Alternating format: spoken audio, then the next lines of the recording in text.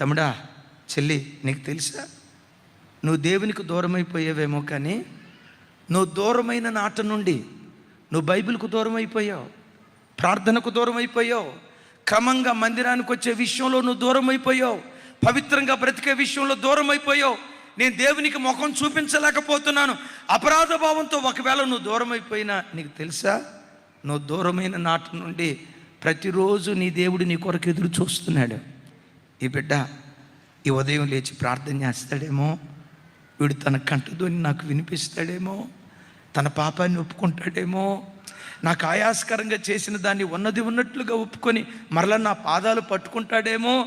నువ్వు దేవుని వైపు తిరుగుతావని లోబడనొల్లని పిల్లల వైపు దినమెల్లా చేతులు చాచినట్లుగా నీ వైపు ఒక్కసారి నా వైపు చూడు. తమ్ముడు, దేవునికి దూరం అయిపోయిన తమ్ముడు, దేవుని గాయాలు రేపుతున్న తమ్ముడు, దేవునికి ఆయాస్కరంగా బ్రతుకున్న ప్రియ తల్లి, దూరం అయిపోయిన నీ వైపు ఈ పునరుద్ధానపు వేళ రెండు చేతులు చాచి నీ వైపే చూస్తున్నాడు.